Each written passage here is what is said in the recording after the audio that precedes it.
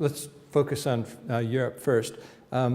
As aging becomes more of an issue in the sense that a larger and larger percentage of the population are over 65, that obviously has an implication to government finances.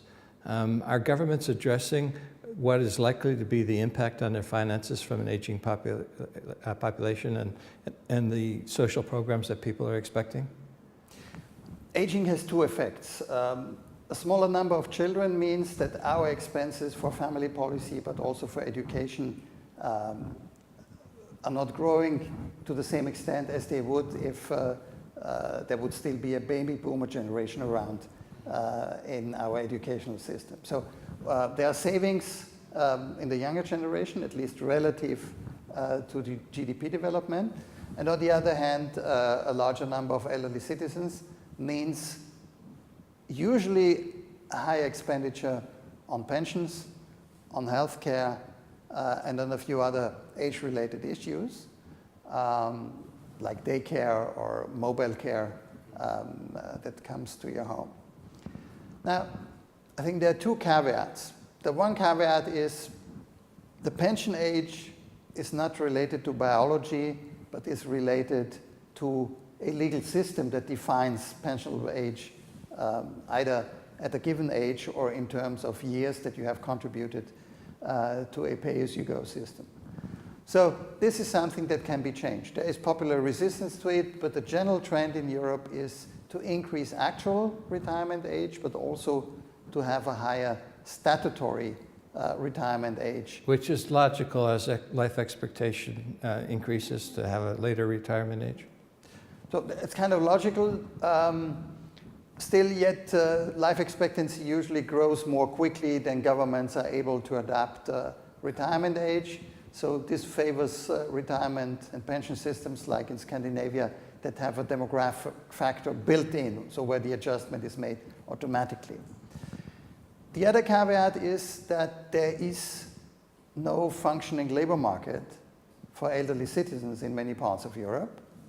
So by just increasing retirement age without having labor market reforms, we're just shifting the problem from the pension insurance to the unemployment insurance. I think it's important also to address this.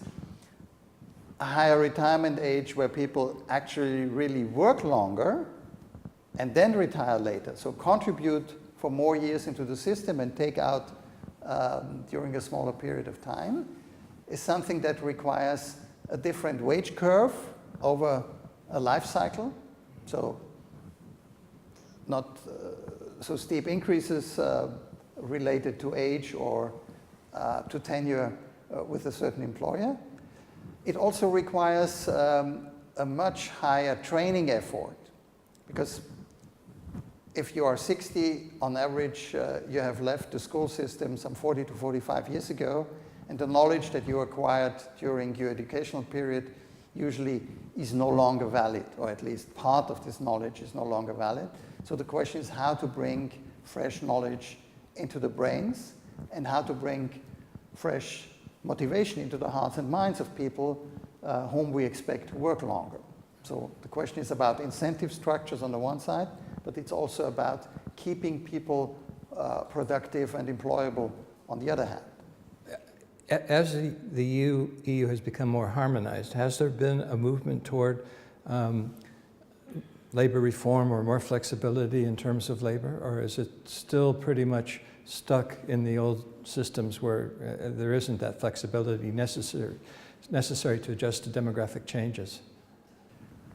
The European Union represents a common labor market, so there is a freedom of not only establishment but also access to the 27 national labor markets, but we don't have a harmonized system when it comes to taxation, to social security, to labor laws.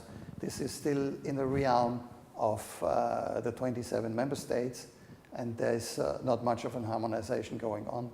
We also still have 27 different pension systems in Europe. The unions tend to be national within one country. None of them are pan-European?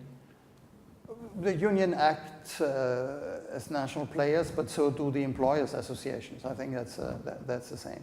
And there is very small legislation coming from Brussels into that area.